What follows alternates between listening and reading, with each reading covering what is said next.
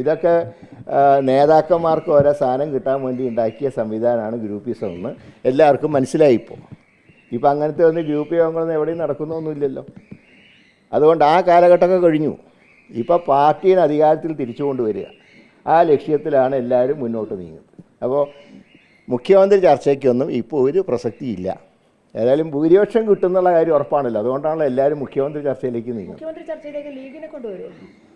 അതൊക്കെ മുന്നണിക്കകത്ത് എല്ലാ കാര്യങ്ങളെക്കുറിച്ചും ആലോചിക്കണം.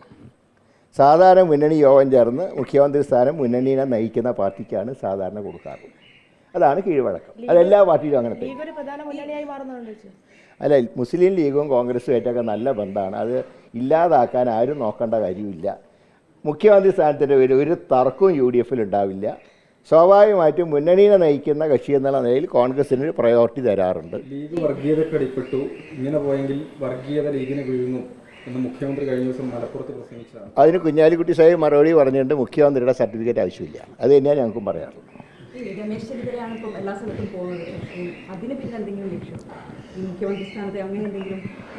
വിളിക്കുന്ന സ്ഥലത്ത് എല്ലാവരും പോവും, ഞങ്ങളും പോവാറൊക്കെ ഉണ്ട്.